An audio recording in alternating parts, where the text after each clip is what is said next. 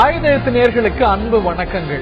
தேர்தல் திருவிழால பிரச்சாரம் உச்சக்கட்டத்தில் இருக்கிறது. செல்வி ஜெயலலிதா, திரு கருணாநிதி, திரு விஜயகாந்த், டாக்டர் அன்புமணி, திரு வைகோ உள்ளிட்ட அத்துணை தலைவர்களும் சூறாவளி பிரச்சாரம் மேற்கொண்டு வருகிறார்கள். நேற்று மதுரையில் முதலமைச்சர் ஜெயலலிதா பிரச்சாரம் மேற்கொண்டார். அதுல 3 விவகாரங்கள் குறித்து விரிவாக பேசியிருக்கிறார். அதுல குற்றமும் சாட்டியிருக்கிறார். அவர் பேசிய 3 விவாதத்துக்குரிய விஷயங்கள்: கிரானைட் முறைகேடு, ஆயிரக்கணக்கான கோடி முறைகேடு நடந்திருக்கிறது என்றும் மர்மமான மரணங்களும் கூட மதுரை உள்ளிட்ட இன்னும் சொல்ல போனா பல்வேறு மாவட்டங்கள்ல இந்த முறைகேடு நடந்திருக்கிறதுன்னு புகார் வழக்கு தொடர்ந்து நடைபெற்று வருகிறது. இதற்காக பல கமிஷன் அமைக்கப்பட்டு இந்த ஒரு விவகாரம் ஒரு சர்ச்சைக்குரிய விவகாரமாகவே தமிழக அரசியல்ல தொடர்ந்து இருந்து வருகிறது. இது பற்றி குறிப்பிட்டிருக்கிறார். முல்லை பெரியார் விவகாரம் பற்றி குறிப்பிட்டிருக்கிறார். ஜல்லிக்கட்டு பற்றி குறிப்பிட்டிருக்கிறார். 3மே விவாதத்துக்குரிய விஷயங்கள். இதுல தன்னுடைய அரசு சிறப்பாக முறையான நடவடிக்கைகளை எடுத்தது என்றும் இந்த 3லும் திராவிட முன்னேற்ற கழகம் தான் தமிழகத்துக்கு இந்த 3 விவகாரத்தில் துரோகம் இழைத்தது என்றும் குற்றம் சாட்டி இருக்கிறார். இந்த 3 சர்ச்சைக்குரிய விவகாரங்களிலும் தமிழ்நாடு அரசு உரிய நடவடிக்கைகள் எடுத்ததா? எதிர்கட்சி மீது குற்றம் சுமத்தி திசை திருப்ப பார்க்கிறதா ஆளுங்கட்சி? திமுக மீது முதலமைச்சர் சுமத்தி இருக்கக்கூடிய குற்றச்சாட்டில் உண்மை இருக்கிறதா?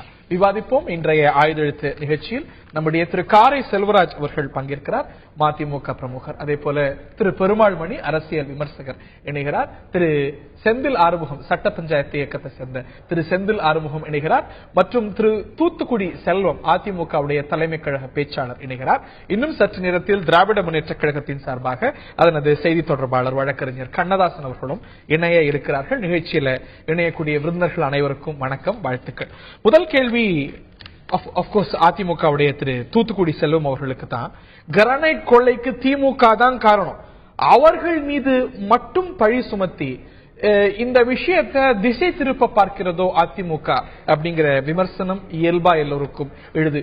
You do have cases to answer, இல்லையா? என்ன விஷயம்னா, 2011 மாண்புமிகு புரட்சி தலைவி அம்மாவினுடைய அரசு பொறுப்பேற்ற பிறகுதான் இந்த கிரானைட் கொள்ளை விவகாரம் வெளியே தெரிஞ்சது. 2009 காலங்களில் நடந்த கடந்த திமுக ஆட்சி காலத்தில் நடந்த முறையற்ற அந்த கிரானைட் கொள்ளை விவகாரங்கள் எல்லாம் திமுக மூடி மறைச்சாங்க. அதுக்கு என்ன காரணம் நான் சொல்றேன்னா, ஒலிம்பஸ் கிரானைட் சொல்லி அங்க மதுரையில ஒரு பெரிய கிரானைட் நிறுவனம் இருந்தது. அந்த நிறுவனம் யாருக்கு சொந்தம்னு கேட்டா, திமுக தலைவர் கருணாநிதியினுடைய பேரன், திமுகவின் முன்னாள் அமைச்சர் அழகிரியோட மகன் துரை தயாநிதியும் அதில் ஒரு பங்குதாரர், பெரிய பங்குதாரர். 2010 வரைக்கும் இருந்தார். நாங்க 2011 ஆட்சிக்கு வந்த பிறகுதான் இதுல சம்பந்தப்பட்ட அனைத்து பிரச்சனைகளையும் நாங்க வெளியே கொண்டு வந்து அந்த கிரானைட் மோசடியில் சம்பந்தப்பட்ட முக்கியமான நிறுவனங்கள் மீது வழக்கு தொடர்ந்து அந்த பிரச்சனையை நாங்க நீதிமன்றத்தின் மூலமாக மக்களுக்கு வெளிச்சம் போட்டு காமிச்சதே நாங்க வெளியே வந்தது எப்போது? மாண்புமிகு புரட்சி தலைவி அம்மா 2011 பிறகுதான். 2012 திரு உ சகாயம் அவர்களுடைய அறிக்கையை, அன்றைய மாவட்ட ஆட்சியர் உ சகாயத்துடைய அறிக்கையை முதலமைச்சர் தன்னுடைய பிரச்சாரத்தில் அவர் சமர்ப்பித்த அறிக்கையை சுட்டி காட்டுறார். எனில் 2012 திரு சகாயம் அவர்கள், மாவட்ட ஆட்சியர் சகாயம் அவர்கள் தன்னுடைய அறிக்கையை சமர்ப்பித்த பிறகு 16,000 கோடி அளவுக்கு இந்த மாவட்டத்தில் மட்டும் இழப்பு ஏற்பட்டிருக்கு அப்படின்னு அரசுடைய அறிக்கை சமர்ப்பித்த பிறகு 4 நாட்கள்ல ஏன் இடமாற்றம் செய்யப்படுகிறார்? அதற்கு பிறகு ஏன் 48 மணி நேரத்தில் 2 முறை இடமாற்றம் செய்யப்படுகிறார்? எந்த அறிக்கையை முதலமைச்சர் சுட்டி காட்டுகிறாரோ, எந்த அறிக்கையை சுட்டி காட்டுகிறாரோ அதை கொடுத்த அதிகாரி ஏன் இவ்வளவு முறை மாற்றப்படுகிறார்? அவரே இந்த ஒரு விசாரணையை விரிவா மேற்கொள்ளணும் அப்படின்னு ஜூலை 2014 சென்னை உயர்நீதிமன்றம் உத்தரவிடுகிறது. அதை ஏன் தமிழக அரசு பலமுறை எதிர்க்கிறது? நீதிமன்றத்தில் எதிர்க்கிறது, உச்ச நீதிமன்றம் போகிறது.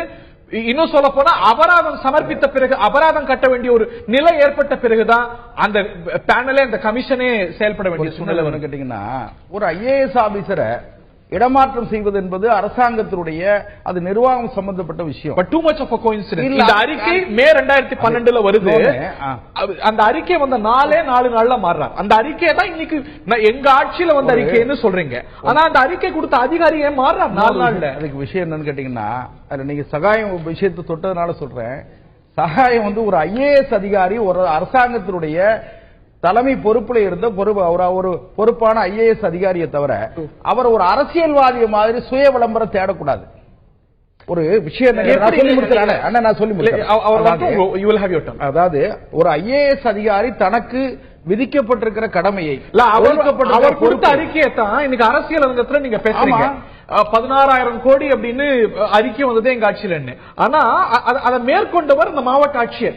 எதனால ஒரு அந்த அறிக்கை வர அது எந்த அளவுக்கு பொது கவனம் பெறுது அப்படி அரசியல் கவனம் பெறுதுன்னு உங்களுக்கு தெரியும். ஆனா அந்த அறிக்கை வந்து 4 நாள் அவர் மாறும்போது பிறகு பல முறை ஃப்ரீக்வெண்டா டிரான்ஸ்பர் ஆகும்போது கேள்வி எழாதா? நீங்க ஒரு ஐஏஎஸ் அதிகாரி, ஒரு மாவட்ட ஆட்சித்தலைவர், ஐஏஎஸ் அதிகாரி, சீஃப் செக்ரட்டரியோட கண்ட்ரோல்ல இருக்கிறவங்க, தலைமைச் செயலாளருடைய கண்ட்ரோல்ல இருக்கிறவங்க.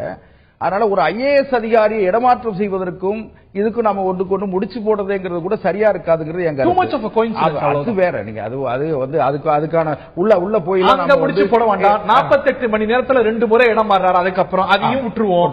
ஆனா சென்னை உயர்நீதிமன்றம் அவரை ஒரு விரிவான விசாரணை நடத்தணும் அப்படின்னு உயர்நீதிமன்ற உத்தரவுக்கு கொடுத்த பிறகு இல்ல மேல்முறையீடு செய்றீங்க, உச்ச நீதிமன்றம் வரைக்கும் போறீங்க, அப்புறமும் அந்த செயல்பாட்டுக்கு வர மாட்டேங்குது.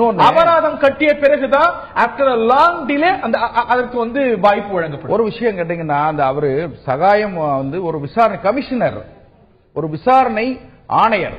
அந்த விசாரணை ஆணையர் வந்து விசாரணை ஆணையத்துக்கு விதிக்கப்பட்டிருக்கிற வரம்புகளுக்கு உட்பட்டு நடக்கணுமே தவிர அவர் ஒரு சுய விளம்பரம் தேடுவதை போலவும் அவர் தன்னை மட்டுமே சுத்த சுயம் பிரகாசம் போல அவர் தன்னை நியமிச்சுக்கல அந்த கமிட்டிக்கு. அது வேற. உயர்நீதிமன்றம் நியமிச்சாங்க. இதை வந்து அவர் செய்வது சரி அப்படின்னு உயர்நீதிமன்றம் நியமிக்குது.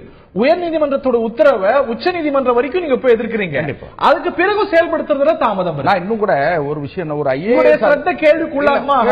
கேள்விக்கு உள்ள ஆகட்டும், அதெல்லாம் ஒண்ணு இல்ல. ஒரு ஐஏஎஸ் அதிகாரி அவருடைய எல்லைகளை, அதிகார எல்லைகளை தாண்டி அவர் வந்து செயல்படும் போது ஒரு அரசியல்வாதியை போல தன்னை விளம்பரப்படுத்திக் கொள்வதற்காகவே சுடுகாட்டில் போய் படுக்கிறது, எனக்கு எதை ஒதுக்கல அது ஒதுக்கலன்னு சொல்றது, எனக்கு அசிஸ்டன்ஸ் ஒதுக்கலன்னு சொல்றது. நான் ஒண்ணு கேட்டீங்கன்னா, ஒரு ஐஏஎஸ் அலுவலர் வந்து தனக்கு உரிய அலுவலகம் ஒதுக்கப்படவில்லை, உதவியாளர் ஒதுக்கப்படவில்லை, டைபிஸ்ட் ஒதுக்கல, இப்படிலாம் சொன்னா யார்கிட்ட சொல்லணும்னா சீஃப் செக்ரட்டரி சொல்லணும். அவர் நீதிமன்றத்தில் இந்த கமிட்டியை நியமித்திருக்கிறது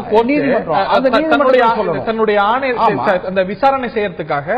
நீங்க சொல்லக்கூடிய சுடுகாட்டுல பிணங்கள் புதைக்கப்பட்டிருக்கா, அதுல மர்மம் இருக்கா அப்படின்னு பாக்குறாரு.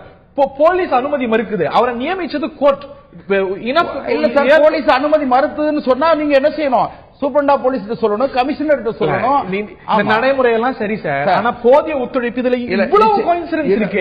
கேளுங்க, அனைத்து இந்திய அண்ணா திராவிட முன்னேற்ற கழகம் தேடுறவர் அப்படின்னா எதற்காக சென்னை உயர்நீதிமன்றம் அவரை நியமிக்கணும்? எதற்காக அதை உச்ச நீதிமன்றம் உறுதி நியமிச்சதுலயே அந்த விஷயத்துக்குள்ளேயே போக நியமிச்சது எதிர்த்து பிறகு அவருடைய நடவடிக்கைகள்ல நான் என்ன நினைக்கிறேன் கேட்டீங்கன்னா, அவருடைய நடவடிக்கைகள் எதிர்க்கட்சிகளுடைய அரசியல் லாபத்திற்கு ஏதோ ஒரு வகையில் தெரிந்தோ தெரியாமலோ நேரடியாகவோ மறைமுகமாகவோ சகாயத்தினுடைய நடவடிக்கையில் எதிர்க்கட்சிகளுடைய அரசியல் நடவடிக்கைகளுக்கு தீயை போடுற மாதிரி இருந்ததுனாலதான் சில பிரச்சனைகள் வந்தது. எல்லா எதிர்க்கட்சிக்கும் அப்படிதான் இருக்குமா? இல்ல, எல்லா எதிர்க்கட்சிகளுக்கும் அவர் பயன்படுறார். ஒரு எதிர்க்கட்சிகளுக்கு எதை பத்தி பேசுறதுக்கு வாய்ப்பே இல்ல. இத பேசுறதுக்கு வந்து சகாய ஐஏஎஸ் வந்து ஒரு தீனி போடுற மாதிரி இருக்கக்கூடாதுங்கிறதா. 2011 தேர்தல் நடக்கும் பொழுது திமுக குற்றம் சாட்டியது அவர் மேல. இந்த முறை நீங்க குற்றம் சாட்டுறீங்க. அது எப்படி? குற்றம் சாட்டல. ஒரு ஐஏஎஸ் அதிகாரி தன்னுடைய அதிகார வரம்பை தாண்டக்கூடாதுங்கிறதா சொல்றதோட நான் சகாயத்து மேல சகாயத்தினுடைய நேர்மையை நான் இப்ப வந்து எதுவுமே குறை சொல்லல. சகாயம் வந்து ஒரு நேர்மையான அலுவலருங்கிறதுல எங்களுக்கு யாருக்கு மாற்று கருத்து இல்ல. விளம்பரம் தேடுறாருங்கிறத ஓப்பனா இவ்வளவு குற்றம் சாட்டிட்டு அவரோட நேர்மைக்கு நான் சொல்லல. அவர் என்ன சொல்றாரு? அவருடைய லாஜிக் என்ன அப்படின்னா, அரசு நடவடிக்கை எடுத்திருக்கிறது. இது வந்து ஏதோ திரு சகாயம் அவர்களுடைய ஒரு நபருடைய முயற்சி இல்ல. தமிழ்நாடு அரசு தான் ஒரு முறை இல்ல 9 கடிதங்கள் எழுதி 9 உத்தரவுகள் பிறப்பித்து சகாயம் அறிக்கை வருவதற்கு காரணமான உத்தரவே தமிழ்நாடு அரசு தான் செஞ்சிருக்கிறது. லைசன்ஸ் கேன்சல் செஞ்சிருக்கிறது. One man can not take the credit. அரசு முயற்சியும் சேர்ந்திருக்கு அப்படிங்கிறது அவருடைய வாதம். இதுல ஒரு ஐஏஎஸ் அதிகாரி அவருடைய கடமையை இந்த வாதம் ஒரு இடத்துல ரொம்ப கடுமையா உடைபடுது. என்னன்னு கேட்டீங்கன்னா, சகாயத்தை மதுரை கலெக்டரா நியமிச்சது யாருங்கிற ஒரு கேள்வி. தேர்தல் கமிஷன் அது வந்து 3 பேரை நியமிக்கிறாங்க. திரு சகாயம், திரு கண்ணப்பன், திரு அஷ்ரா கார்க். இந்த 3 பேரையும் 2011 சட்டமன்ற தேர்தலை ஒட்டி தேர்தல் ஆணையம் நியமிக்கிறது. தேர்தல் ஆணையம் நியமிக்கப்பட்ட பிறகு, ஏன்னா இப்ப நீங்க வந்து இப்ப அவர் சொல்றாரு இல்லீங்களா, நாங்க சகாயத்தினுடைய நேர்மையை சந்தேகிக்கவில்லை, அவருடைய விளம்பரம் தேடுகிற குணம். இப்ப என்ன பிரச்சனைனா, சகாயம் என்கிற அதிகாரி தேர்தல் ஆணையத்தால் நியமிக்கப்பட்டு மதுரைக்கு போகிறார். தேர்தல் ஆணையம் ஒரு முறையான தேர்தலை நடத்துவதற்கு மதுரைக்கு அனுப்புகிறது. சரி, மதுரையில் சென்று ஒரு ஆட்சித்தலைவராக தன்னுடைய எல்லைக்குள் எது வருமோ அதனுடைய எல்லைக்குள் வருகிற எல்லா விஷயத்தையும் சகாயம் கவனமாக செய்த பொழுதுதான் இந்த கிரானைட் சம்பந்தப்பட்ட விஷயங்கள் விசுரூபம் எடுக்க ஆரம்பித்தன என்பதை நண்பர் செல்வம் மறந்துவிடக்கூடாது. இந்த புள்ளியிலிருந்து நீங்க பார்க்கிற பொழுது இவர் இவ்வளவு நேரமும் சொல்லி இந்த ஒட்டுமொத்த வாதங்களையும் நாம் எப்படி புரிந்து கொள்வது? திரு செந்திலருடைய விரிவான வார்த்தை நான் கேட்க விரும்புறேன். ஒரு இடைவேளைக்கான தருணமும் கூட. இதுல யார் உயர் தார்மீக நிலை எடுக்க முடியும்? திமுகவா, அதிமுகவா, அல்ல மற்ற அணிகளா, மக்கள் கூட்டணி உள்ளிட்ட மற்ற அணிகளா? ஒரு கிரானைட் விவகாரம் குறித்த கேள்விகள் இன்னும் எழுகின்றன. இந்த நிகழ்ச்சியில் நம்முடைய திரு கண்ணதாசன் அவர்கள் இணைகிறார், திராவிட முன்னேற்ற கழகத்துடைய செய்தி தொடர்பாளர். அவரை நிகழ்ச்சிக்கு வரவேற்கின்றோம். திரு செந்தில் ஆறுமுகம் அவர்களுடைய முதற்கட்ட கருத்தை கேட்க விரும்புறேன். திமுக இந்த கிரானைட் விவகாரத்துல நாங்க தான் ஒரு நல்ல தீர்வை தேர்தல் அறிக்கையில வைத்திருக்கோம் அப்படின்னும், இதை பற்றி திமுக பேசக்கூடாது, துரோகம் இழுத்துட்டாங்க அப்படின்னு அதிமுகவும் சொல்லுது. அவர்கள் எடுத்த நடவடிக்கைகள் அவங்க சொல்றாங்க. இதுல யாருக்கு ஒரு உயர் தார்மீக நிலை இந்த விவகாரத்துல இருக்குன்னு நினைக்கிறீங்க? திமுக, அதிமுக இருவருக்குமே அந்த உயர் தார்மீக நிலை எடுக்கிறதுக்கான எந்த விதமான தகுதியும் கிடையாதுங்கிறது வெளிப்படையா சொல்லணும். ஏன்னா நண்பர் சொன்னப்ப 2011 ஆட்சி காலத்துல நாங்க தான் அந்த கிரானைட் முறைகேட வெளியில் கொண்டு வந்தோம் அப்படின்னு சொன்னாரு. அப்ப 91 to 96 தமிழ்நாட்டில் கிரானைட் கொள்ளையே நடக்கலையா? 2001 to 2006 நடந்தப்ப கிரானைட் கொள்ளையே நடக்கலையா? 20 ஆண்டு காலத்துக்கு மேலாக சூறையாடப்பட்டதுதான் கிரானைட் விவகாரம் என்பது. இதுல நீங்கள் முன்னரே குறிப்பிட்டீங்க, குற்றச்சாட்டு உச்சமா எழுது. அதுக்கு பிறகு 2012 ஒரு மாவட்ட ஆட்சியர், அதுவும் நீங்க திரு சகாயம் அறிக்கை சமர்ப்பித்தார், மாற்று கருத்தில் அவருடைய பணி ஆகச் சிறந்தது. ஆனால் அதற்கு உத்தரவிட்டது யாரு? தமிழ்நாடு அரசு தானே. அதுதான் உத்தரவிட்டது சரிதான். நல்லா கேளுங்க. அதாவது என்னன்னு கேட்டீங்கன்னா, உத்தரவிட்டது சரிதான்.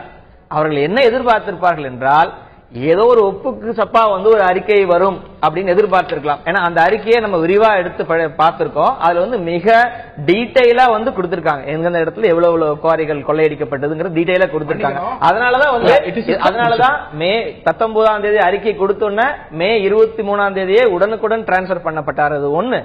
இரண்டாவது, அந்த அறிக்கை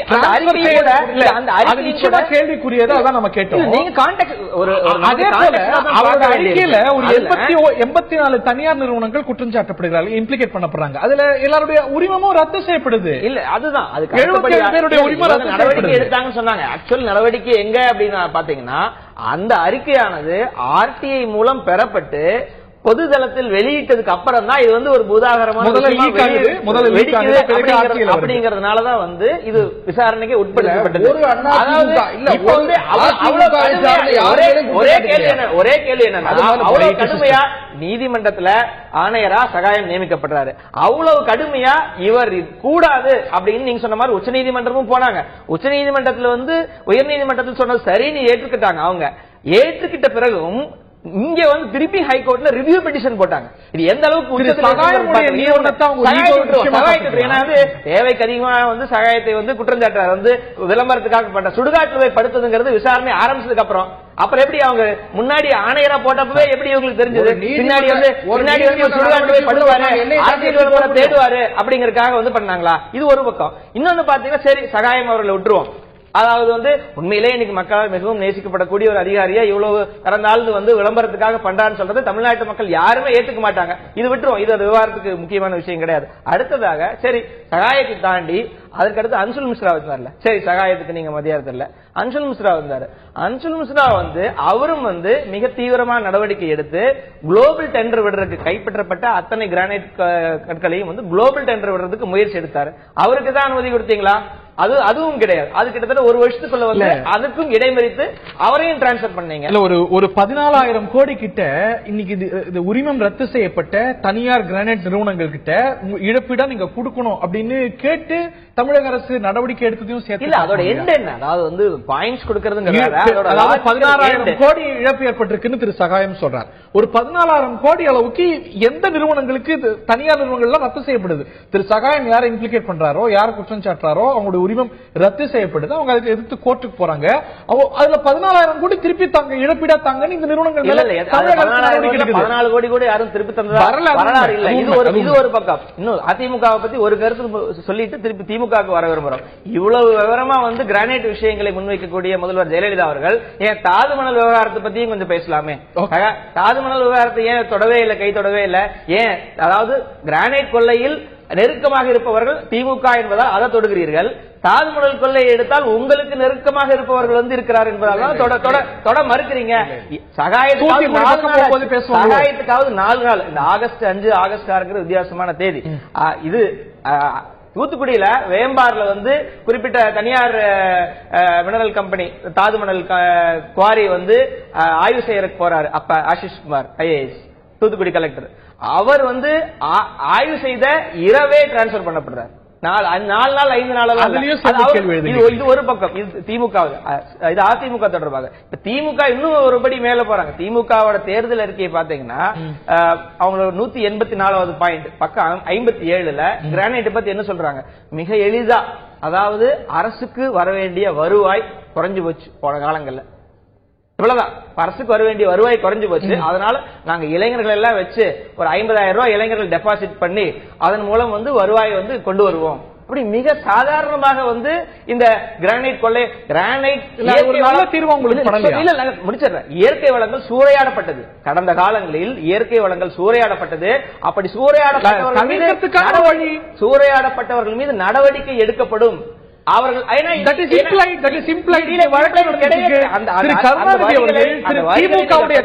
கருணாநிதி அவர்கள் சகாயம் குழுக்கு அதிகாரம் கொடுக்கணும், ஒத்துழைப்பு கொடுக்கணும்னு பலமுறை அறிக்கை விட்டுருக்காரு. தேர்தல் அறிக்கையில் ஏன் விடலைங்கிறதே இப்ப கேள்வி. தேர்தல் தெளிவாக படிக்கிறேன், எனக்கு படிக்கிறதுக்கு நேரம் இருக்காது என்பதால் சுருக்கிக் கொள்கிறேன். 2 விஷயம் தான். போன ஆண்டில் அரசுக்கு வருவாய் இழப்பு ஏற்பட்டு விட்டது என்று பத்திரிகைகளில் தகவல்கள் வந்திருக்கிறது. இந்த மாதிரி சொல்லியிருக்காங்க. இளைஞர்களை எல்லாம் வைத்து இந்த இயற்கை வளங்களை மேலாண்மை செய்வதற்கு நடவடிக்கை எடுப்போம் சொல்லியிருக்காங்க. தவிர இத்தனை ஆண்டுகள் இந்த இயற்கை வளம் சூறையாடப்பட்டது, இதற்கு காரணமானவர்கள் தண்டிக்கப்பட்டு சிறைக்கு அனுப்பப்படுவார்கள். அந்த மாதிரி எந்த நடவடிக்கை? திரு கண்ணதாசன் அவர்கள் நம்முடைய இணைகிறார், திராவிட முன்னேற்ற கழகத்துடைய செய்தி தொடர்பாளர். திரு சகாயமுடைய அறிக்கையெல்லாம் பெரிய அளவுக்கு நீங்க கோட் பண்றீங்க. ஆனா அந்த அறிக்கை 2012க்கு பிறகு இந்த உரிமங்கள்லாம் ரத்து செய்யப்படுது, அதுக்கு பிறகு வெட்டி எடுக்கப்படல. இந்த சர்ச்சைக்குரிய காலம் திமுக ஆட்சி காலம். இன்னொன்னு, ஒலிம்பஸ் கிரானைட் உட்பட இந்த நிறுவனங்கள் நேரடியா சகாயம் அறிக்கையில குற்றம் சாட்டப்பட்டிருக்கிறது. திமுக தலைவருடைய பேரன் அந்த நிறுவனத்துல இயக்குனரா இருந்திருக்கிறார். You also have cases to answer. நீங்க அதுல ஒரு உயர் தார்மீக நிலையை எடுக்க முடியுமா அப்படிங்கிற கேள்வி சேர்த்து எழுதலையா? அதான் முதலமைச்சரும் கேட்கிறாங்க. திரு கண்ணதாசன், உங்களுடைய முதற்கட்ட கருத்து. நிச்சயமாக ஒரு யார் தவறு செய்திருந்தாலும் நடவடிக்கை எடுக்கப்பட வேண்டும் என்பதில் மாற்று கருத்து கிடையாது. ஆனால் அதே சமயத்தில் ஆறுமுகம் போன்றவர்கள் திராவிட முன்னேற்றத்தினுடைய அந்த தேர்தல் அறிக்கை அரைகுறையாக படித்துவிட்டு பேசாமல் இருப்பது நல்லது நான் கருதுகிறேன். ஏன்னு கேட்டால் அதுல வந்து இவங்க சொல்ற மாதிரி ஒரு நடவடிக்கை, நான் பேசி முடிச்சிடுறேன், அதுக்கப்புறம் பதில் சொல்லுங்க. நான் நடவடிக்கை எடுத்த பிறகு நடவடிக்கை எடுப்பது பற்றெல்லாம் தேர்தல் அறிக்கையில சொல்வான்னு எதிர்பார்ப்பதெல்லாம் எப்படிப்பட்ட ஒரு நிலைமைன்னு எனக்கு ஒன்றும் புரியல. நாங்கள் என்ன செய்வோம் வாக்குறுதி கொடுக்கறதுல வந்துட்டு சட்டப்படியான நடவடிக்கை எடுப்பது பற்றியெல்லாம் தேர்தல் வாக்குறுதியில் கொடுப்போன்றதெல்லாம் வந்து ஒரு சரியான முறை கிடையாது. அதே போல சகாயம் அவர்களை நியமித்த பொழுது இந்த அரசுதான் செப்டம்பர் 11, 2015 அன்று உடனடியாக உயர்நீதிமன்றத்தில் சென்ற பொழுது, உயர்நீதிமன்ற சகாயத்தை நியமித்த பொழுது உடனடியாக மறுநாளே உச்சநீதிமன்றத்தை அணுகினார்கள். கிட்டத்தட்ட செப்டம்பர் 18, 2015 அன்றே உச்சநீதிமன்றம் நீங்க கீழ்நிலை நீதிமன்றத்துக்கு உயர்நீதிமன்றத்தை செல்லுங்கள் என்று சொல்லியது. நியமிக்கப்பட்ட போது எவ்வளவு பெரிய ஆதரவு திமுக நியமிக்கப்பட்ட பொழுது அவர் கண்டுபிடிக்கிறார். இல்ல சகாயத்தை அவர் சிகப்பு கம்பளம் விரித்து வரவேற்றீங்களா இல்ல எதிர்த்தீங்களா? நீங்க எந்த ஒரு ஆட்சியாக இருந்தாலும் சரி, சில கெடுபிடிகள் அரசியல் கட்சிக்கு வரும்பொழுது வேண்டுமென்றே செய்கிறார்கள் என்று கண்டிப்பது வேறு. ஒரே பார்த்து நாங்க பல்வேறு குற்றச்சாட்டுகளை மாற்றது நீங்களும் யாராக இருந்தாலும் யார் நீங்க ஒன்று புரிஞ்சுங்க. நீங்க ஒரு அரசியல் கட்சி ரீதியான செயல்பாடு என்பது வேறு, அரசினுடைய செயல்பாடு என்பது வேறு, அவருடைய அரசு செயல்பாடுகளில் தலையிடுவது என்பது வேறு. ஆனால் இப்பொழுது என்ன நடக்கிறது? தேர்தல் வந்தால் திராவிட முன்னேற்ற கழகத்துக்கு மீது மட்டும் தேர்தல் ஆணையம் ஒரு கண், ஆளுங்கட்சிக்கு ஒரு கண் என்ற அடிப்படையில் நடந்துவதை பல்வேறு கண்களாக நான் பதில் சொல்ல வந்ததை இடைமறித்து கேட்டதனால இல்ல, நான் அதுதான் சொல்ல வரேன். நானு அப்பொழுது ஆளுங்கட்சியா இருந்தபோது கூட தேர்தல் ஆணையம் திராவிட முன்னேற்றத்துக்கு எதிராக அதிமுக ஆதரவாக செயல்பட்ட காரணத்தால் தான் சொல்றேன். திரு சகாயம் அதிமுக திரு சகாயம் நியமிக்கப்படுறார் மதுரை. அப்படி நான் சொல்ல வரல. நான் தேர்தல் ஆணையத்தை பத்தி மட்டும்தான் நான் பேசுறேன். சகாயம் தேர்தல் ஆணையத்தை பத்தி மட்டும் தான் பேசுறேன். சகாயத்தை பத்தி பேசல. சகாயம் நியமனத்தை பத்தி நான் குற்றம் சொல்லல. சகாயம் அங்கு திராவிட முன்னேற்ற கழகத்தின் மீது மட்டும் பாரபட்சமாக நடந்து கொண்டார் என்று சொல்றேன். அதனால பாரபட்சமாக நடந்து கொண்டால் அது குற்றம் சொல்லக்கூடாதுன்னு ஒண்ணும் கிடையாது. அந்த சகாயத்தினுடைய நியமனத்தை அவருக்கு கொடுக்கப்பட்ட சலுகைகளை இந்த அரசு செய்யவில்லை என்று பதில் போடவில்லை, கவுண்டர் போடலன்னு சொல்லி தலைமைச் செயலாளரை நீதிமன்றத்துக்கு வரவழைத்து 10,000 ரூபாய் அபராதம் போட்டவங்க. அப்படிப்பட்ட இந்த ஆட்சியாளர்கள் கிரானைட் கொள்ளையை நான் தான் கண்டுபிடிச்சேன்னு சொல்றாங்க. நான் என்ன கேட்கிறேன், நீங்க எதிர்த்திருக்கிறீங்க, ஒன்னு இன்னும் அவர் எதிர்த்திருக்கிறாரு. அதிமுக ஒன்னு எதிர்க்கிறது, இன்னொரு நியமனம் எதிர்த்தது என்பது நியமனம் எதிர்த்தது கிரானைட் கொள்ளையை கண்டுபிடி எதுக்கல. நாங்க கிரானைட் கொள்ளையை கண்டுபிடித்ததற்கு சகாயத்தின் மீது இந்த அரசு எத்தகைய நெருக்கடிகளை கொடுத்தது என்று தலைவர் கலைஞர்கள் கண்டித்து பேசியிருக்கிறாரு. அப்பொழுதெல்லாம் பேசாமல் இருந்து விட்டு கிரானைட் கொள்ளையை கண்டுபிடித்தது செய்தது தவறு. அதே சகாயத்துடைய அறிக்கை ஒலிம்பஸ் கிரானைட் அப்படிங்கிற நிறுவனத்தை குற்றம் சாட்டுதா இல்லையா? அந்த நான் ஆரம்பத்தில் அந்த நிறுவனத்துடைய தவறு இழைத்தால் மாறுபட்ட கருத்தும் கிடையாது. நீங்க யாராக இருந்தாலும் நடவடிக்கை எடுப்பதில் எங்களுக்கு எந்த மாறுபட்டும் கிடையாது. திராவிட முன்னேற்றத்தை ஆதரிக்குதா என்ன, திராவிட முன்னேற்ற தவறு செய்யலன்னு சொல்றதா என்ன, அதெல்லாம் கிடையாது. எங்களுக்கு யார் தவறு செய்தாலும் அவர் மீது சட்டப்படி நடவடிக்கை எடுப்பதை, சட்டப்படி சந்திப்பதை திராவிட முன்னேற்றம் என்று எதிர்கொள்ள தயங்கியதில்லை. வழக்குகளுக்கு பயந்து வாய்தா வாங்கியதில்லை. நாங்கள் எல்லாம் சட்டப்படி அந்த விஷயத்தை சந்திக்க. இது திமுக மேலே இந்த வழக்கு போட்ட மாதிரி நீங்க சொல்றீங்க. ஒரு குடும்ப உறுப்பினர் இருக்கிறன்ற பொழுது அந்த உறுப்பினர் மீது அவர் சட்டப்படி சந்தித்துக் கொள்வார். திராவிட முன்னேற்ற இணைக்கிறது என்பது ஒரு தவறான விஷயம். நிச்சயமா திமுக கட்சி எங்கேயுமே இங்க தொடர்பு இல்லை. ஆனா அவர் 16,000 கோடின்னு சொன்னது, 66,000 கோடி இழப்பு ஏற்பட்டது அப்படின்னு சொன்னது, இவையெல்லாம் திமுக ஆட்சியில இருந்த தருணங்கள் தான். அந்த ஆம்பிட்ல இருந்த ஆண்டுகள் அப்படிங்கிறது பெரும்பகுதி திமுக ஆட்சி காலம் இல்லையா? இந்த முறைகேடு நடந்தது, முறைகேடா தனியார் நிறுவனங்கள் வெட்டி எடுக்கப்பட்ட 1991 தான் இந்த ஸ்டாலின் கிரானைட் முறைகேடுகளுக்கு எதிராக 1991 ஸ்டாலின் துவக்கப்பட்டது. இந்த ஸ்டாலின் துவக்கப்பட்ட பொழுது தியானேஸ்வரம் தான் அதுக்கு எம்டிஆர் இருந்தாங்க. உங்களுக்கு தெளிவா தெரியும். ஸ்டாலின் என்ற ஒரு துறை அலுவலகமே இல்லாத துறை துவக்கப்பட்டு கனிம வளங்கள் கொள்ளையடிக்கப்பட்டது. இந்த 91 2016 வரைக்கும் அதிகபட்ச ஆட்சியில் இருந்தவர் யார்? அவர்களால் கொள்ளையடிக்கப்பட்டதானே. திராவிட முன்னேற்ற கழகத்தின் மீது தலைவருடைய பெயரன் ஒரு நிறுவனத்தில் அந்த ஒரு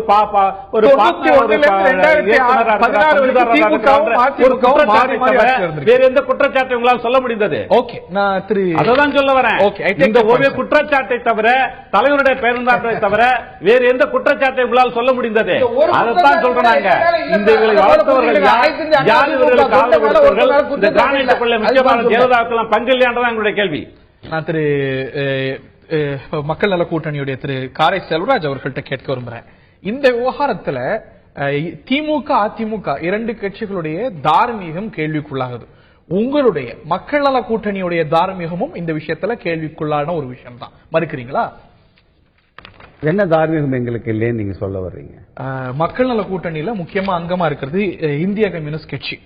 கிருஷ்ணகிரி மாவட்டம் சந்தனப்பள்ளி, இருதுக்கோட்டை, உத்தனப்பள்ளி இது போன்ற இடங்கள்ல, இது போன்ற சுற்றுப்புற கிராமங்கள்ல கருப்பு கிரானைட் மற்றும் தாது மற்ற இதர பொருட்கள்லாம் முறைகேடான முறையில வெட்டி எடுக்கப்பட்டதுங்கிற குற்றச்சாட்டு மக்கள் நல கூட்டணியின் சார்பாக களமிறங்கி இருக்கக்கூடிய தளி ராமச்சந்திரன் மீது இருக்கிறது. நிச்சயமாக நூற்றுக்கணக்கான கோடி திமுக மேல இன்னைக்கு திமுக உறுப்பினர்கள் யாரும் இதுல குற்றத்துக்கு உள்ளாகல, அதிமுக உறுப்பினர்கள் யாரும் குற்றத்துக்குள்ளாகல. ஆனா அவங்களுடைய வேட்பாளர் மேல கிரானைட் முறைகேடு புகார் இல்ல, அவர் மீது விசாரணை இருக்கிறது. அது தவறாக இருந்தால் அதை நாங்க சரின்னு சொல்லுவதற்காக இல்லை. அதுக்காக ஒட்டுமொத்தமா ஒரு மக்கள் நல கூட்டணிக்கே அது தார்மீகம் இல்லை.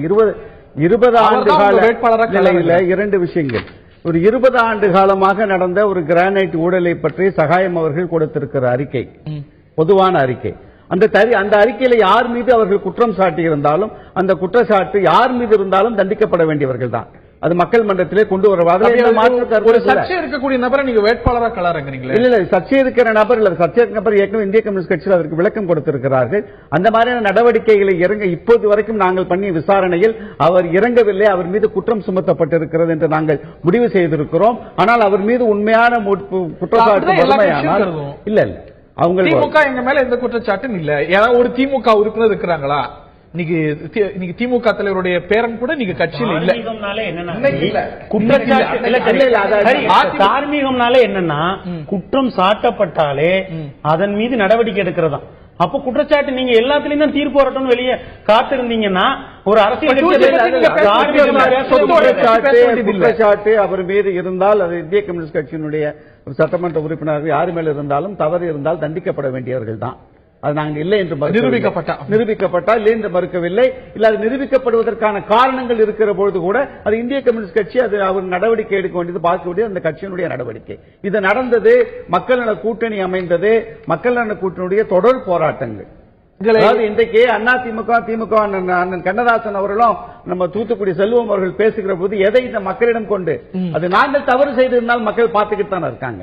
நாங்க செய்ததெல்லாம் சரி என்று சொல்லிவிட்டு அவர்கள் 2 பேரும் பண்ணதை நாங்க தவறுன்னு இந்த மக்கள் மன்றத்தில் கொண்டு போறதுக்கு இல்ல. மக்கள் அதை சீர்தூக்கி பார்க்கட்டும், தவறே கிடையாது தேர்தல் நேரத்தில்.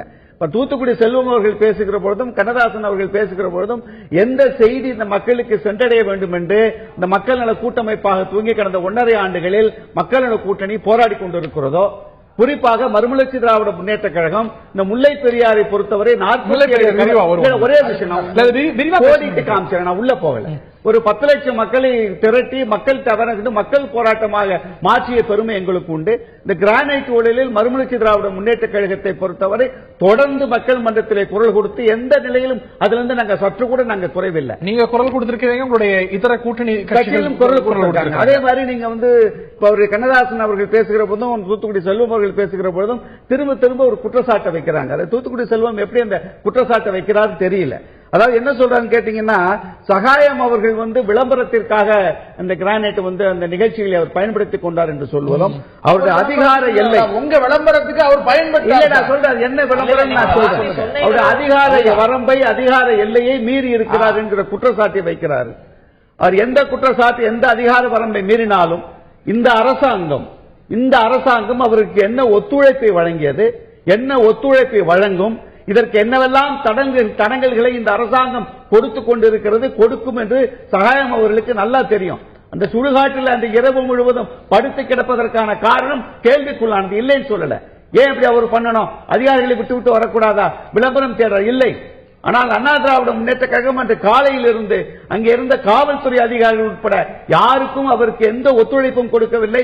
கண்டுபிடிக்கப்பட்ட அத்தனை தடயங்களையும் அழிப்பதற்கு முயற்சி செய்ததால் என்று தெரிந்தவுடன் தான் அந்த சுடுகாட்டில் இரவு முழுவதும் இருந்து அந்த தடயங்களை காப்பாற்றக்கூடிய கடமையை செய்தது. அவர் சொல்றது விளம்பரத்தை தேடுறது.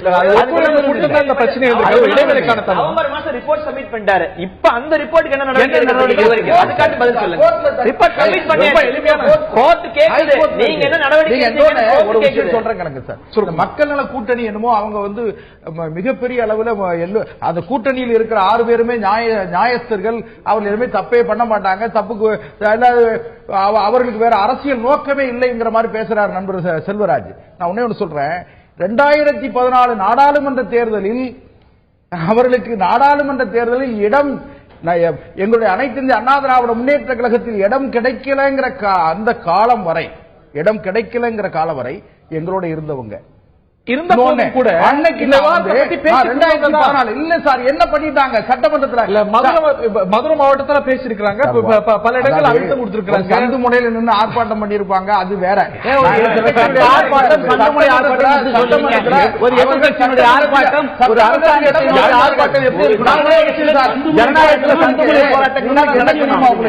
அரசியல்ல வேற செய்திகளே இல்ல.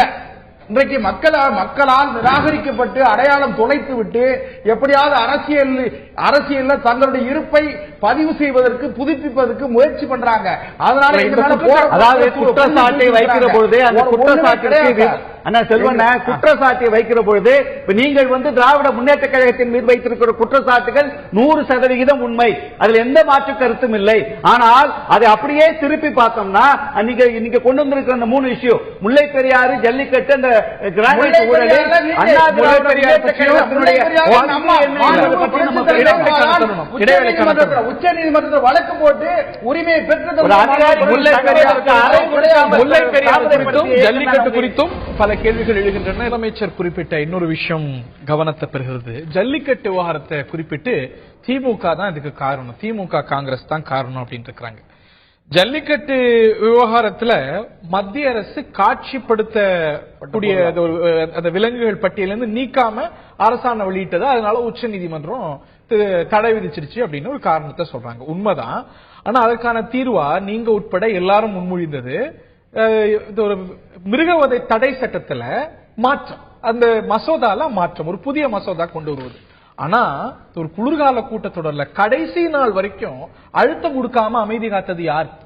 ஒரு நீங்க உள்பட, அதாவது நான் என்ன சொல்றேன்னா, போற போக்குல ஒருவர் செய்த தவறு, ஒருத்தர் தப்பே பண்ணிட்டு போயிட்டாங்க. என்ன கேட்ட, காட்சிப்படுத்தப்பட்ட பொருளாக்குனது ஜெயராம் ரமேஷ். சரி, அன்றைக்கு காங்கிரஸ் கட்சியினுடைய அமைச்சரா இருந்த ஜெயராம் ரமேஷ் அன்றைக்கு திமுக அந்த கட்சி மத்திய அரசாங்கத்தினுடைய மிக வலிமையான பங்குதாரர். இன்னும் சொல்ல போனீங்கன்னா, கோபாலபுரத்தினுடைய கண்ணசைவுக்காக டெல்லி பட்டணம் காத்து கிடந்தது. கண்ணசைவுக்காக என்ன கண்ணசைவு வந்தாலும் செய்யறதுக்கு தயாரா இருந்தாங்க. அதுக்கு பிறகுதான் செஞ்சாங்க. ஜெயராம் ரமேஷை பத்தி குறிப்பிடுறீங்க. ஜெயந்தி நட்ராஜன் ஜெயராம் ரமேஷுக்கு அப்புறம் அமைச்சரா வந்தாங்க. அந்த காலத்துல காட்சிப்படுத்தக்கூடாத விலங்குகள் பட்டியலிருந்து பின்வாங்கிக்கிறோம் அப்படின்னு மத்திய அரசாங்கம், அன்றைய திமுக அங்கம் வைத்த மத்திய அரசாங்கம் நிலைப்பாடு எடுத்துக்கிச்சு. அதையும் கோர்ட் ஏத்துக்கல. இந்த முறை இந்த மத்திய அரசாங்கம் அதே வேலையை தான் செஞ்சுச்சு, கோர்ட் ஏத்துக்கல. அதனாலதான் நம்ம எல்லாரும் சொன்னோம், தமிழ்நாட்டில் நீங்க உட்பட எல்லாரும் சொன்னது, இதுக்கு ஒரு தனி சட்டம் கொண்டு வரும், அதாவது இருக்கக்கூடிய சட்டத்தை மாற்றணும், சட்ட திருத்தம் கொண்டு வரணும். சட்ட திருத்தம் செய்ய வேண்டியது எங்க? பாராளுமன்றத்துல. கடைசி வரைக்கும் வரப்போறதுல தெரிந்து அமைதி காத்தது யார்? 48 எம்பிக்கள் அதிமுக. நீங்க தரவுகளோட, நீங்க தரவுகள் சரியா வச்சிருப்பீங்க. மாண்புமிகு புரட்சி தலைவி அம்மா அவர்கள், தமிழ்நாட்டுடைய முதலமைச்சர் அம்மா அவர்கள் 3 முறை மத்திய அரசாங்கத்துக்கு கடிதம் எழுதினாங்க. இது அதை விட முக்கியம், பாரத பிரதமர் மரியாதைக்குரிய நரேந்திர மோடி அவர்கள் இங்க வரும்போது அம்மாவை சந்திக்கும் போது அது கோரிக்கையாவே வச்சு உண்மை. இதெல்லாம் விட நிறைவேற வேண்டிய இடம் எது? பாராளுமன்றத்துல லோக்சபால 37, ராஜ்யசபால 11 இருக்காங்களா இல்லையா? நினைவு குளிர்கால கூட்டத்தொடர்ல கடைசி வரைக்கும் மசோதா வரல. வரப்போறதுல தெரிஞ்சாச்சு. அப்பயும் கூட ஏன் அமைதி காத்தீங்க? ஏன் போதிய அழுத்தம் கொடுக்கல? கடைசி நாளதான் எழுந்துக்கிறீங்க. தமிழ்நாட்டுல காங்கிரஸ் கட்சின்னு ஒரு கட்சி இருக்குதானே இருக்கு. ஆமா, அந்த கட்சியோட கூட்டணியில திமுக இருக்கு, இருந்தது. திமுகவிற்கு நாடாளுமன்றத்துல ஒரு இடம் கூட இல்லைன்னா கூட நாடாளுமன்ற மாநிலங்களவையில 3 இடம் இருக்கு, 3-4 இடம். அவங்க எழுப்பல.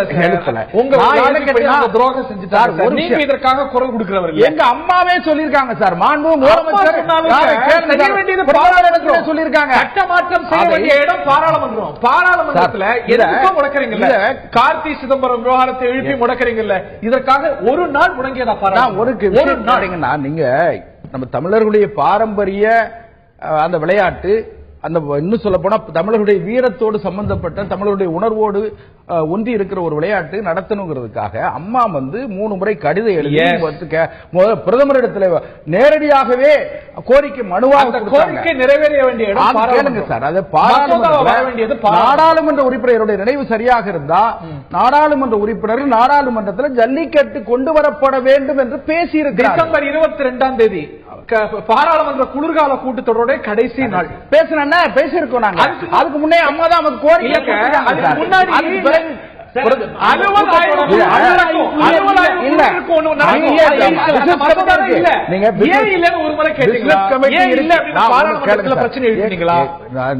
எங்களுடைய முகமும் முகவரியுமாக இருக்கிற எங்க அம்மா, மாண்புமிகு புரட்சி தலைவி அம்மாவே சொன்ன பிறகு மத்திய அரசாங்கத்தை குறை சொல்லுங்க. 52 கடிதத்துக்கு என்ன பதில்? அதுக்கு எங்களுக்கு மத்திய அரசு தான் செயல்படுத்தணும், மாநில அரசு செயல்படுத்த முடியாது. நான் ஏத்துக்கிறேன். அழுத்தம் கடிதம் வலுவான அழுத்தம் கொடுத்திருக்கோம். கொடுக்க வேண்டிய இடம் பாராளுமன்றம். கடைசி பாராளுமன்றம் பேசியிருக்கோம். இன்னொன்னு அலுவல் ஆய்வு குழுல என்னென்ன மசோதா வரப்போகுதுன்னு இன்ட்ரோடியூஸ் ஆகும். அதுல ஒரு அலுவல் ஆய்வு குழுல ஏன் இது வரைக்கும் வரல அப்படின்னு கேட்டிருக்கீங்க. அம்மா என்ன சொன்னாங்க இன்னொன்னு கேட்டீங்கன்னா 2 ஆண்டு அலுவல் ஆய்வு குழு 2 ஆண்டுகள் மாநில அரசாங்கத்தினுடைய எல்லைகளுக்கு உட்பட்டு, அதிகார எல்லைகளுக்கு உட்பட்டு அம்மா 2 வருஷம் நடத்த அனுமதிச்சாங்க. அதையும் நீங்க சொல்லுங்க. தடை நீங்க என்ன செய்யப்பட்டது? அதை நீக்கிறதுக்கு நாங்க வலுவான அழுத்தம் கொடுத்திருக்கிறோம். நாங்க அம்மாவே பிரதமர் இடத்துல கோரிக்கை மனு கொடுத்திருக்காங்க. இதை மத்திய அரசாங்கம் பாராமுகமாக கேளாக்காதாக இருந்ததற்கு நாங்க பொறுப்பாக. கண்ணதாசன் எப்படி பாராளுமன்றத்தில் அவங்க குரல் எழுப்பல அப்படிங்கிற ஒரு கேள்வி எழுதோ, சட்டமன்ற மாநில அரசாங்கம் நினைச்சிருந்தா ஒரு தனி சட்டத்தை மாநிலத்திலே கொண்டு வந்து நிறைவேற்றிருக்க முடியும். திமுக தலைவர் சொன்னது, திமுக சொன்னது. ஒரு முறை நாடாளுமன்றத்தில் உங்களுடைய நாடாளுமன்ற உறுப்பினர்கள் இதற்கு பெரும் அழுத்தம் கொடுத்திருக்காங்க. அங்க உங்களுக்கு எண்ணிக்கை இல்ல, நான் ஏற்றுக்கிறேன். ஆனா சட்டமன்றத்தில் ஒரு முறை இதற்காக சட்டமன்றம் முடங்கி இருக்கிறதா? ஒரு முறை தமிழ்நாடு சர்க்கார் ஏன் இதற்கான ஒரு சட்ட முன்வடிவை கொண்டு வரலன்னு கேள்வி எழுப்பப்பட்டிருக்கா? தமிழ்நாடு சட்டமன்றத்தில் எப்படியெல்லாம் கேள்வி எழுப்ப முடியாதுன்னு தெரிஞ்சிருந்து மன்னிக்கணும் திரு Kannadasan, your audio is bad. நான் மீண்டும் வரேன். I'm sorry. மன்னிக்கணும், audio is bad. I will try to correct it and I'll come back. மன்னிக்கணும். நான் மீண்டும் வரேன். இந்த விவகாரத்தில் திரு கண்ணதாசன் அவர்கள்ட்ட மீண்டும் போறதுக்கு முன்பாக இந்த ஜல்லிக்கட்டோ இல்லாட்டி முல்லை பெரியாரோ, இந்த விவகாரம் முல்லை பெரியார்ல ஒரு கணிசமான வெற்றியை நம்ம பார்த்திருக்கோம். ஆனா ஜல்லிக்கட்டும் கிரானைட்லயும் இன்னும் கேள்விகள் எழுந்திருக்கிறது. இதுல எதிர்கட்சி மேல குற்றம் சாட்டுவது அப்படிங்கிறது ஒரு நல்ல பொலிட்டிக்கல் ஸ்ட்ராட்டஜியா? அது எடுபடுமா? ஆளுங்கட்சி 5 ஆண்டுகளுக்கு பிறகு நீங்க இதுக்கு திமுக காரணம், காங்கிரஸ் காரணம்னு சொல்வது எடுபடுமா? இல்ல, கண்டிப்பா எடுபடாது. ஏன்னா அப்படியாப்பட்ட அரசியல் எல்லாம் தமிழ்நாடு தாண்டி வந்துருச்சு. இப்ப நீங்க எந்த விவகாரமா இருக்கட்டும், இப்ப பாருங்க, முல்லை பெரியாரா இருக்கட்டும், காவிரியா இருக்கட்டும், இந்த ரெண்டுலயுமே ஒரு குறிப்பிடத்தக்க வெற்றி கிடைச்சிருக்கு. இந்த வெற்றிக்கு திமுகவும் உரிமை கொண்டாடுறாங்க, அதிமுகவும் உரிமை கொண்டாடுறாங்க. இப்ப நீங்க கூடங்குளம் விவகாரத்தை எடுத்துங்க. ஒரு முக்கியமான விஷயம் இருக்கு. கூடங்குளத்தை எடுத்துக்கங்க. கூடங்குளத்துல திமுகவோ அதிமுகவோ 2 பேரும் தலையிடவே இல்லை. அதுல மக்கள் எவ்வளவோ அதிகமா போராடினாங்க. ஆனா அந்த போராட்டம் எதை நோக்கியுமே நகரவே இல்லை. அப்படி பார்க்கிற பொழுது ஒரு சக்சஸ் வந்தா, முல்லை பெரியார்ல சக்சஸ் வந்தா அதுல எங்க 2 பேருக்கும் பங்கு இருக்குன்னு இவங்க சொல்றாங்க. இப்ப 5 விஷயங்கள் நீங்க எடுத்துக்கங்க. தமிழக அரசு தாக்கல் செய்து போராடுது உச்ச நீதிமன்றத்தில், அப்ப கிரெடிட் கிளைம் பண்ணுவாங்க இல்லையா? அப்ப நீங்க எடுத்துக்கிறீங்க, அப்படித்தானே? அப்போ ஏன்னா அந்த கிளைம் அவங்க எப்படி எடுக்கிறாங்க? நாங்க இந்த ஆண்டுல இந்த விஷயத்தை இப்படி நகர்த்தி கொண்டு வந்தோம், அப்படி ஒவ்வொருத்தரும் கிளைம் எடுத்துக்கிறாங்க. தமிழக அரசு வாதாடி இந்த தருணத்துல தான், இந்த அரசு வாதாடி இந்த தருணத்துல தான் கேஸ் முடிவுக்கு வருது, தீர்ப்பு வருது. அப்படி இப்ப அதிமுக அப்படி அந்த வெற்றியை முழுவதுமாக தனக்கு எடுத்துக்க முடியாம திமுக என்ன சொல்றாங்க?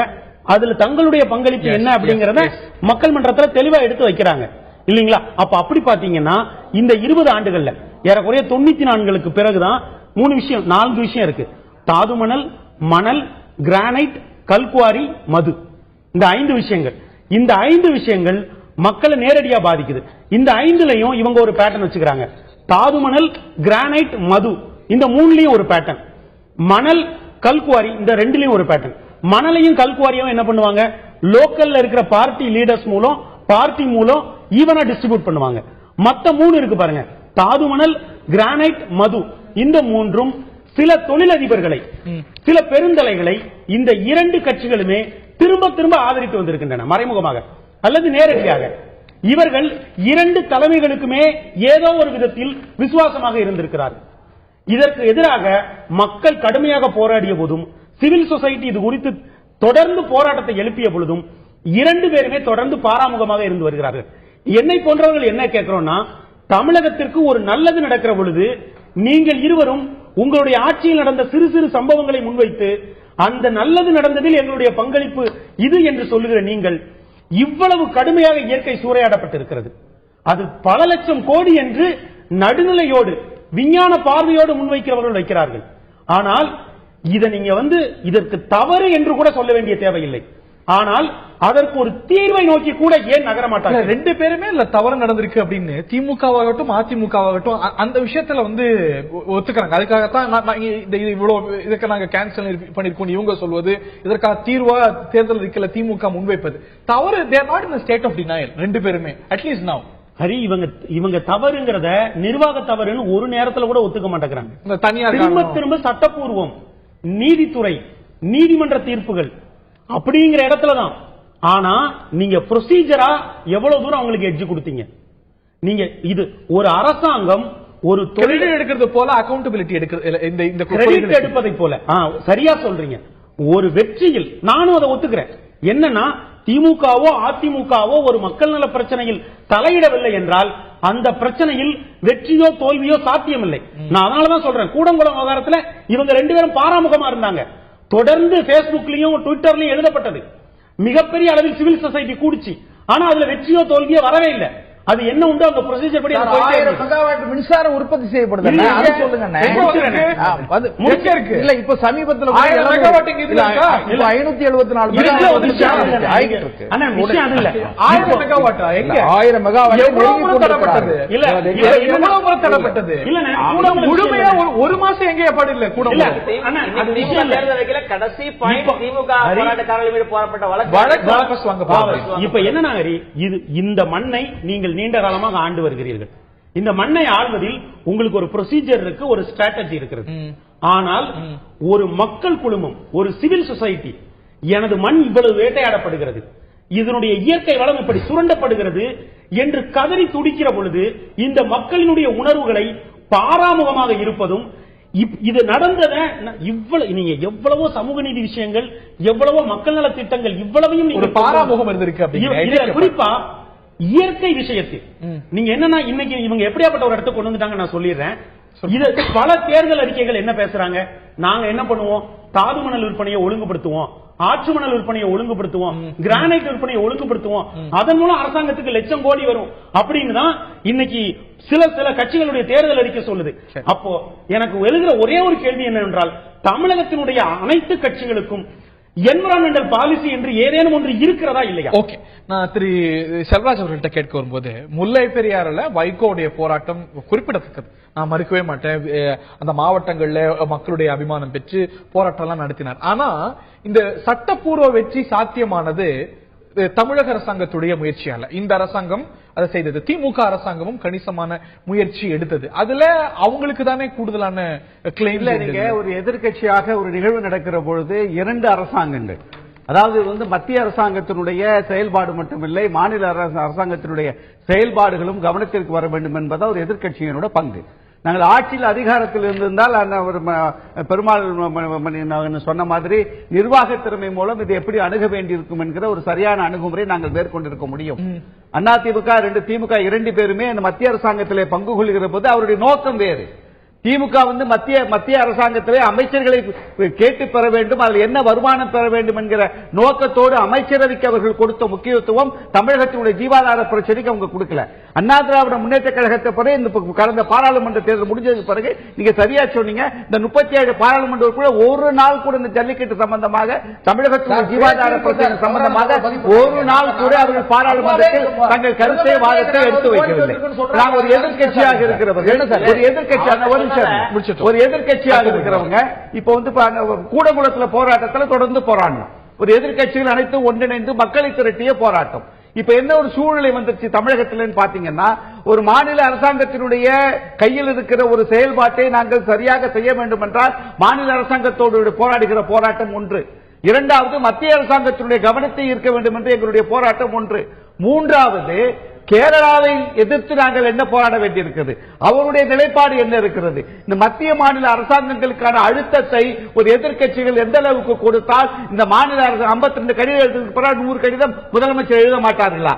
இல்ல பாராளுமன்றத்தில் இந்த மக்கள் போராட்டங்களுக்கு பிறகாவது இங்க இருக்கிற பாராளுமன்ற உறுப்பினர்கள் இதை பாராளுமன்றத்தில் பேசி இந்த பிரச்சனைக்கு ஒரு முடிவு கட்டுவதற்கு முயற்சி, இதுதான் ஒரு எதிர்க்கட்சியினுடைய கடமை. முறை எழுப்பப்பட்டிருக்கு பாராளுமன்றத்தில். நம்ம ஈழத்தமிழ் விவகாரம் பற்றி திரு வைகோ பேசாதது அல்ல, அதெல்லாம் வெற்றி தோல்விகளுக்குள்ள ஒரு போராட்டத்தை நம்ம சுருக்கிட முடியாதுங்க. ஒரு எதிர்க்கட்சி என்று ஒண்ணுமே வேண்டாம். நான் வந்து வெற்றியை நோக்கிய போராட்டம் தான். அதுக்காக மக்கள் ஒரு எதிர்க்கட்சிகள் எடுக்கிற அனைத்து போராட்டத்தையும் கைவிட்டக்கூடாதுங்கிற கைவிட்ட முடியாது. ரெண்டாவது இந்த ஜல்லிக்கட்டு சொன்னீங்க, நீங்க முல்லை பெரியார் சொல்லிட்டு ஜல்லிக்கட்டு சொன்னீங்க. ஜல்லிக்கட்டுல வந்து பாத்தீங்கன்னா கடந்த 2 ஆண்டுகளில் இவர்கள் எதுவுமே பேசவில்லை. ஆனால் தை மாதம் வந்து நம்ம பொங்கல் வந்து ஜல்லிக்கட்டு விடக்கூடிய அந்த கடைசி 1 மாதம் 2 மாதங்களில் மத்திய அமைச்சர்கள் இங்கே தமிழகத்திற்கு வருவதும் இங்கே பேட்டி கொடுத்து இந்த ஆண்டு நடக்கும் என்று சொல்வதும் தமிழக அரசு அப்பொழுது பாராமுகம் தான். எந்த நடவடிக்கை எடுக்கல, நம்பிக்கை தான்.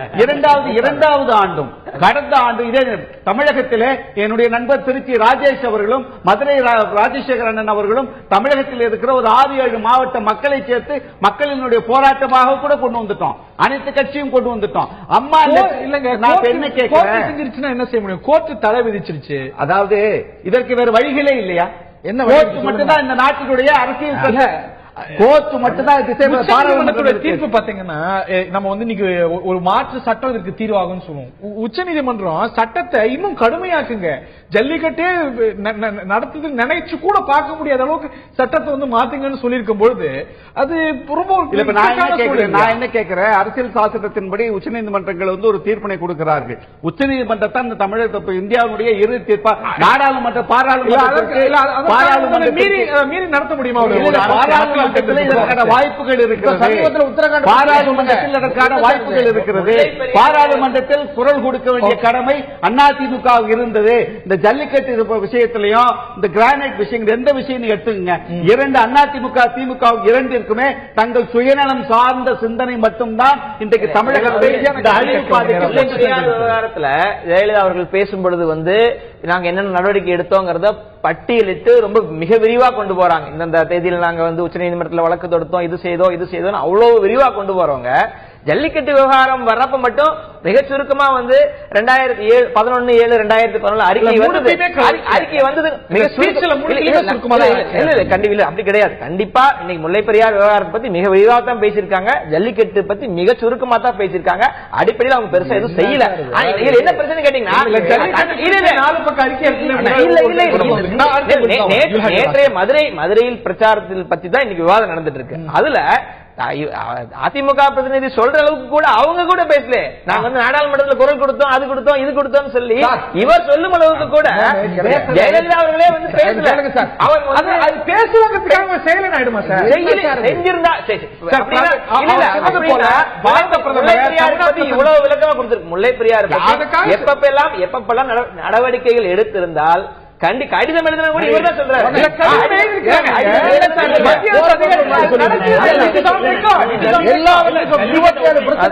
ஜல்லிக்கட்டை ஒட்டி ஒரு அரசியல் இருக்கு.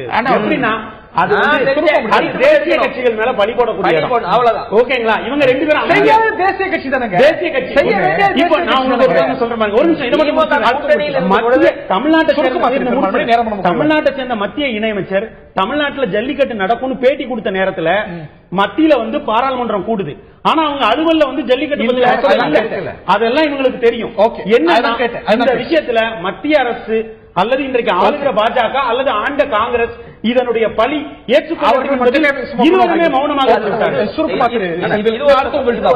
முல்லை பெரியார் இப்ப லேட்டஸ்ட் டெவலப்மெண்ட் பாருங்க. இப்ப வந்து மத்திய தொழில் பாதுகாப்பு படை வேணும்னு சொல்லி நம்ம கேட்டிருந்தோம், அதுக்கு கேஸும் ஃபைல் பண்ணியிருந்தோம். இப்ப வந்து சூழல் காரணமா நம்ம வந்து சரியா வாதாட காரணத்தால வித்ட்ரா பண்ண வேண்டிய சூழல் நின்று இருக்கோம். கண்டிப்பா வெற்றி அடைந்திருக்கிறது சரிதான். இந்த நிலையை பார்க்க வேண்டியிருக்கு. இல்ல கண்டிப்பா அந்த கிரெடிட் பாராட்ட தான் செய்யணும், அது நான் மறுக்கல. ஆனா இன்னும் அடுத்த கட்டத்தை நோக்கி இப்ப இதோட 142 இதோட முடிச்சிட்டு வந்துற விவகாரம் சொல்லிருக்காங்க சார். மதுரையில சிஐஎஸ்எஃப் டேக் ஓவர் பண்ணணும் அப்படிங்கிறது ஒரு முக்கியமான எல்லா வல்லுநர்களும் சொல்லக்கூடிய ஒரு முக்கியமான கருத்து. அதுல வந்து சுப்ரீம் கோர்ட்ல தேவையான அளவுக்கு நம்ம வித்ட்ரா பண்ண வேண்டிய சூழல் அது செய்ய வேண்டிய விஷயம் கூட ஒரு கணிசமான வெற்றியும் குறைத்தே பார்க்க முடியாது. இறுதியான கருத்து செல்வம். தமிழ்நாட்டில் 2011 மாண்புமிகு புரட்சித் தலைவி அம்மா அவர்கள் அரசு பொறுப்பேற்ற பிறகுதான் தமிழ்நாட்டில் சட்ட ஒழுங்கு சரியா இருக்கு. நீ வேற மதுவிலக்கு நேற்றைக்கு மதுவிலக்கு பிரச்சனையை பற்றி அம்மா சொல்லியிருக்காங்க. பூரண மதுவிலக்கு மதுவிலக்கே இல்லை இந்த வாதம். மதுவிலக்குனா இன்னொரு ரெண்டுல மட்டுமே நிக்கணும்னு சொன்னீங்க. நான் என்ன சொல்றேன்னு கேட்டா, நாங்க ஏற்கனவே நம்ம பதிவு பண்ண மாதிரி அம்மா மாண்புமிகு புரட்சித் தலைவி அம்மா அவர்கள் தான் தமிழ்நாட்டினுடைய ஒட்டுமொத்த நலனையும் பாதுகாக்கக்கூடிய வல்லமை மிகுந்த ஆளுமை மிகுந்த தலைமை மாண்புமிகு அம்மாவின் தலைமை தான். ஒண்ணு, அம்மா சொன்னா செய்வாங்கன்னு சொல்லி மக்கள் நம்புறாங்க. எதுக்குன்னு கேட்டீங்கன்னா, சமீபத்தில் 2 ஆண்டுகளுக்கு முன்னால் நடந்து முடிந்த நாடாளுமன்ற தேர்தலில் 39 இடத்தில் தனித்து போட்டியிட்டு 37 இடங்களில் வெற்றி பெற்று ஒரு வரலாற்று பதிவை நாங்க பதிவு செஞ்சிருக்கோம். அது கேளுங்க சார். அதே மாதிரி அம்மா இப்ப என்ன சொல்றாங்கன்னா, மது விலக்கை நாங்க அமல்படுத்துவோம், ஜல்லிக்கட்டை போட்டு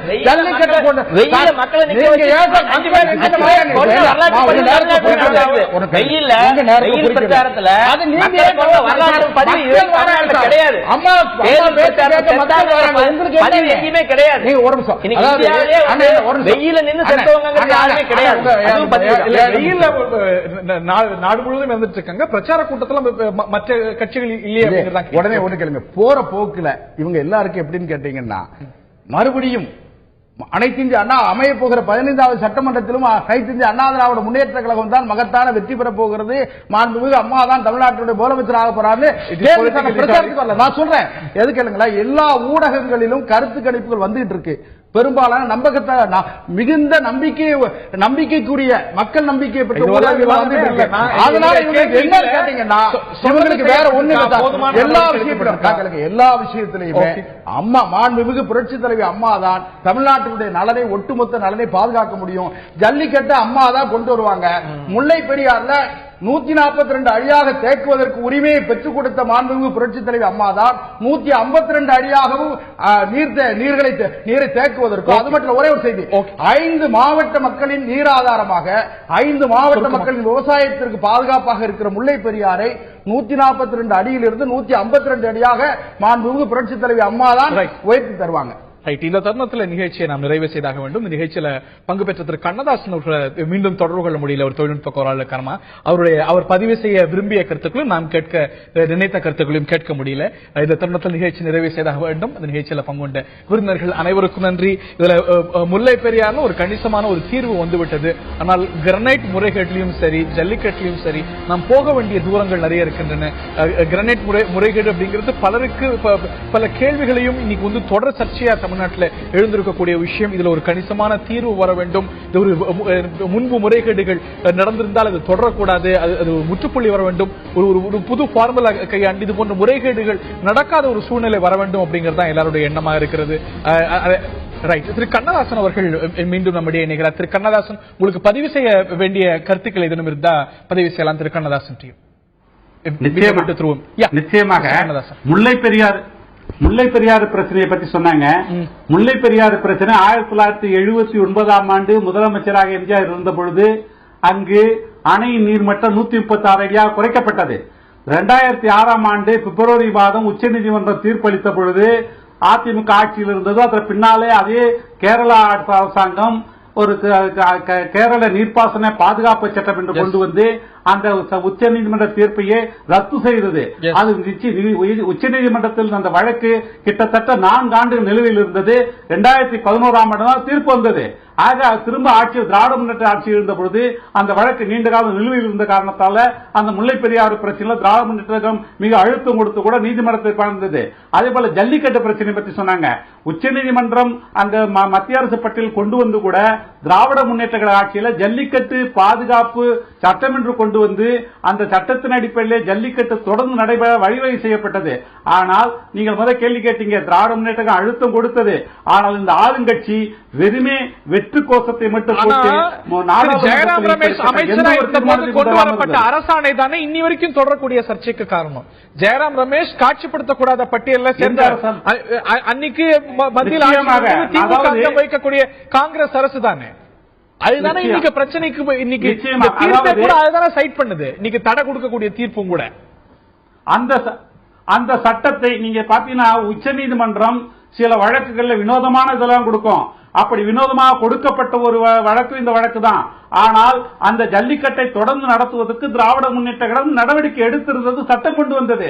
ஏன் அந்த சட்டத்தை தமிழக அரசு கொண்டு வரவில்லை என்பது எங்களுடைய கேள்வி. கொண்டு வரக்கூடிய அதிகாரத்தையும் சுப்ரீம் கோர்ட் கேள்வி கேட்டிருக்கிறது. இருவருக்குமே இந்த முல்லை பெரியாரிலும் சரி ஜல்லிக்கட்டுலயும் சரி நேரம் ரொம்ப குறைவாக அவங்களோட தேர்தல் அறிக்கையில இன்னொரு அணை முல்லை பெரியார் கேரளால ஒரு சர்ச்சைக்குரியது இருக்கு. அதுல வந்து என்ன நிலைப்பாடு, அது நடக்க போகுதா நடக்க கூடாது அப்படிங்கிறது தான் எல்லாருடைய எண்ணம். உச்ச நீதிமன்ற தீர்ப்பு ரொம்ப தெளிவா இருக்கிறது, முல்லை பெரியார் அணை வலுவாக இருக்கு அப்படின்னு. இந்த முல்லை பெரியார் விவகாரத்திலும் சரி ஜல்லிக்கட்டிலும் சரி ரெண்டு பிரதான திராவிட கட்சிகளுக்கும் கிளைம்ஸ் இருக்கிறது.